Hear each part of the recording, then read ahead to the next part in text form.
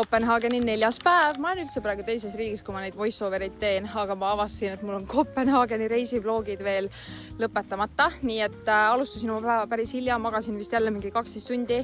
Käisin 7-Elevenis, võtsin hommikusöögi ja kohvi, tegin arvutis natuke toimetusi ja siis läksin juba linna peale jalutama. Eesmärgiks oli käia siis too päev Tivoli aedades ja see on siis nagu Disneyst inspireeritud aed. Seal on siis erineva arhitektuuriga nii-öelda hooned, seal on erinevad karussellid ja see pilet sinna aeda ise oli vist 20 €, aga koos nende sõitudega oleks olnud 30, mis on päris kallis.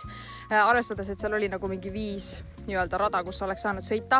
Ma läksin sinna vot selle Jaapani aia pärast, sest see pidi olema nii-öelda väga-väga ilus ja tegelikult see oli ka kõik juba õitses, päike paistis, lapsed söötsid seal kalu, siis ma istusin pingi peale maha, võtsin päikest, jalutasin seal ringi, ma arvan mingi paar tundi ja siis oli aeg juba lõunaseks õluks, see on mul täielikult juba kohustuseks saanud siin Kopenhaagenis. Nautisin veel seda UV-d ja seal on ka selline asi nagu Tivoli haul, kus siis on nagu Balta jaama hoov põhimõtteliselt, kus on 100 erinevat putkat ja sa saad sealt endale süüa võtta.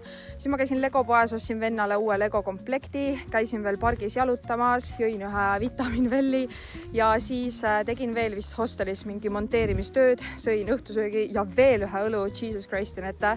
Ja siis ma tegin oma õhtuse skincare'i ja läksingi magama. Aitäh, et vaatasid. Bye!